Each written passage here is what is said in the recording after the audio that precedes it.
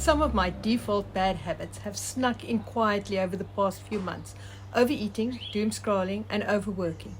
And it took a conversation with a dear friend to realize we have again been filling our emotional voids with them. But as we laughingly dissected this serious situation, we realized it begs a few more questions. What would we rather be doing? You've recognized and started removing the bad habits, but what then?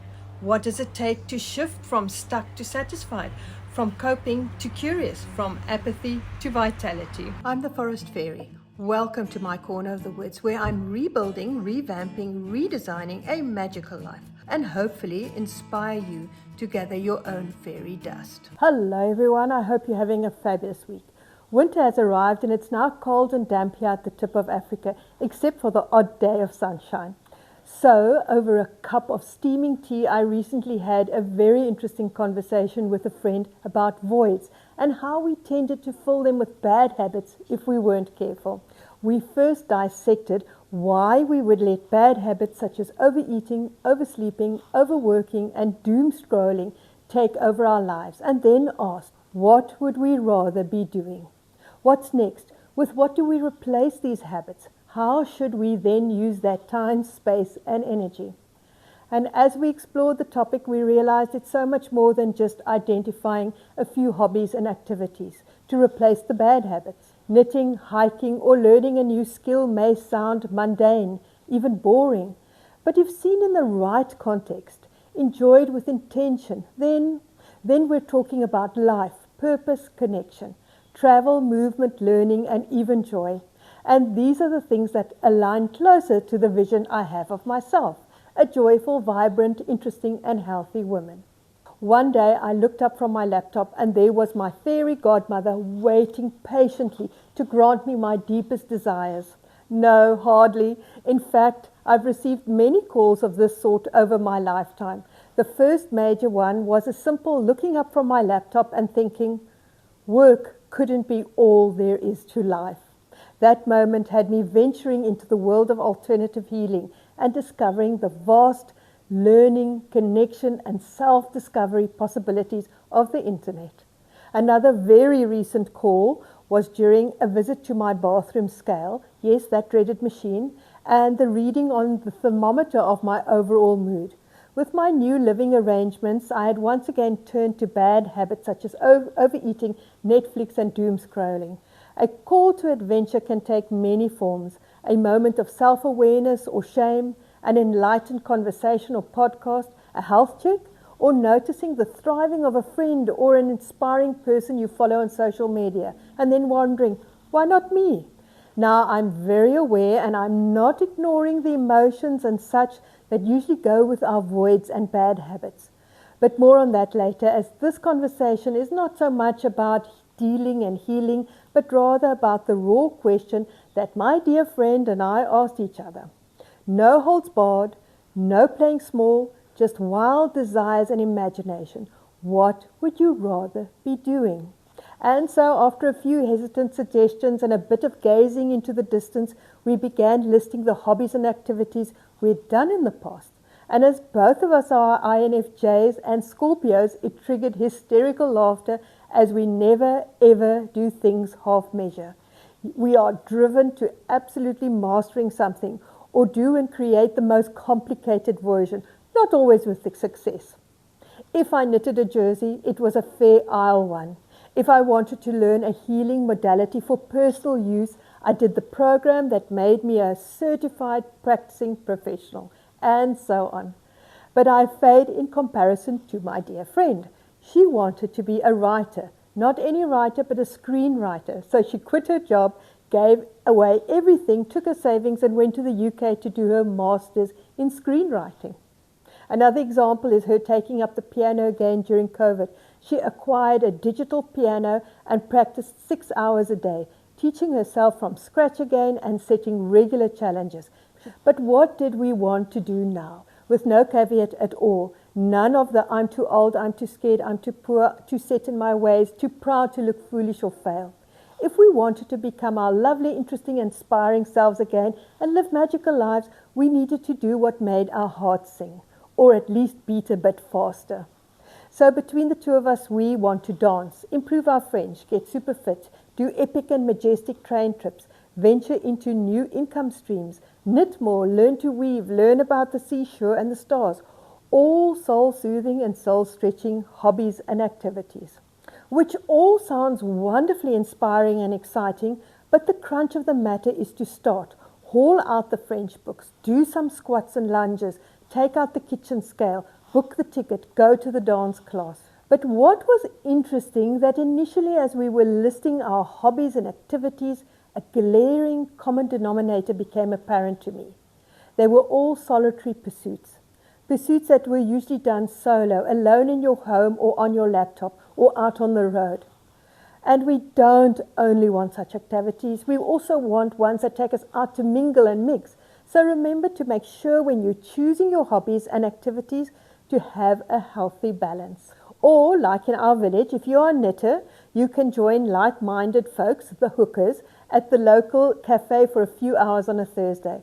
Or if you're usually a lone cyclist, you could join the local group for an occasional ride, even if it's slower and more chatty than what you like or used to. Go even wider to find your tribe. If you're an artist, try painting in a group setting or attend a weaving or calligraphy retreat or workshop in another town or part of the country or the world. And don't forget the online live groups for those hobbies that no one else in your region would ever dream of doing. Somewhere there are kindred spirits. So find an online group if you're brushing up on your conversational French or need some help in identifying your seashells.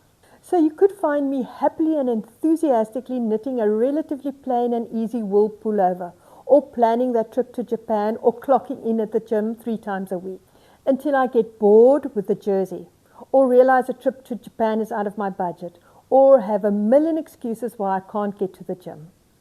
And then they get thrown into the back of the cupboard, literally and figuratively, never to be seen or heard of again, and to calm my injured pride and to wish away my lack of self-discipline and tenacity, I would reach for the rusks again, the phone, the work project. There are many popular books that teach you how to break bad habits and how to build good ones, some really worth reading. Then there are the numerous offerings by experts who say it's not your fault. It's in the alignment of the stars and the planets. It's due to our lifestyles. It's our need for instant dopamine. It's our instant society. You have ADHD. It's in your DNA. And some, or all, may be true to some extent, but I need to fall back on balance and not gather a list of reasons why I can't do something. I need a good balance of things to work smoothly. And that means scheduling time for my activities, ensuring what I need is at hand, and setting little challenges for myself. Ensuring continuity is personal, and how you do it may differ vastly from how I do it. Drop a comment below and share how you make sure you keep your hobbies and activities alive and the bad ones at bay. I'm also really trying, against my grain, not to kick off a new or revisited hobby with a masterpiece or perfection, because, as I tell myself, I'm still just seeing if I like what I'm doing and if this is the flow activity for me. And I remind myself, mastery takes time. In fact, as Malcolm Gladwell says in his book Outliers, it takes 10,000 hours of intensive practice to achieve mastery of complex skills and materials, like playing the violin or getting as good as Bill Gates. Now, of course, you may not want to be perfect or the best in the world, but I do know there are some of you, yes, I'm looking at you, for whom perfection and mastery is a real thing. Of course, there is the possibility that you may become the world's best. In fact, I often think of a certain urban myth. I call it such because I couldn't find any real facts to corroborate the story of an elderly American woman who became so fascinated with and knowledgeable about all things Mesopotamia that she was later recognized as a leading expert.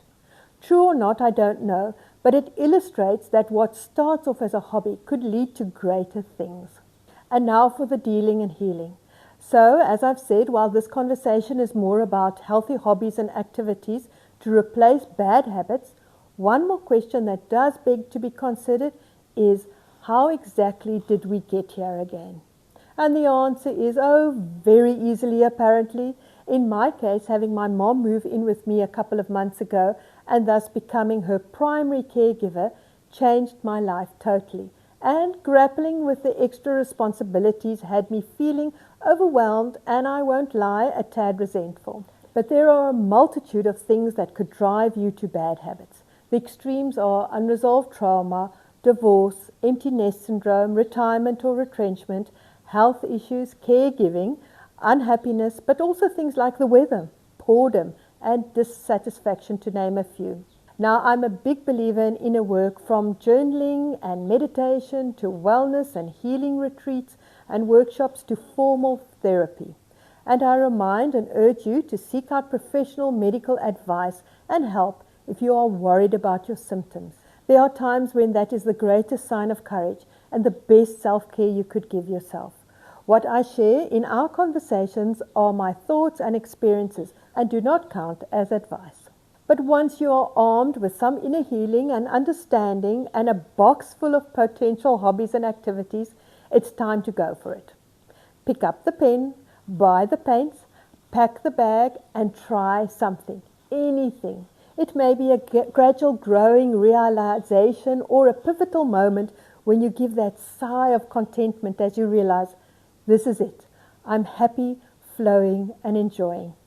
This activity soothes me without sucking me dry. I'm creating and not just busy. And with every new thing I learn, I'm growing. And with these new skills and hobbies and social connections comes confidence, resilience, and even more possibilities. And so there you have it. The bad habits I'm ditching again and what I'm replacing them with. As I've said, life is short after 60 and it can't be wasted on soul-sucking, unproductive habits. I'd love to hear what unusual and ordinary habits and activities you're into. It may just be something someone else needs to hear. Please share in the comments below. If you enjoyed this conversation, you might like the one on romanticizing my life. I'm doing it my way and being authentically me. And now, if you'll excuse me, I need to go and haul out that half-finished jersey from the back of the cupboard. Wishing you a week filled with interesting and flowing hobbies and activities, and of course, sprinklings of fairy dust. Until next time, goodbye.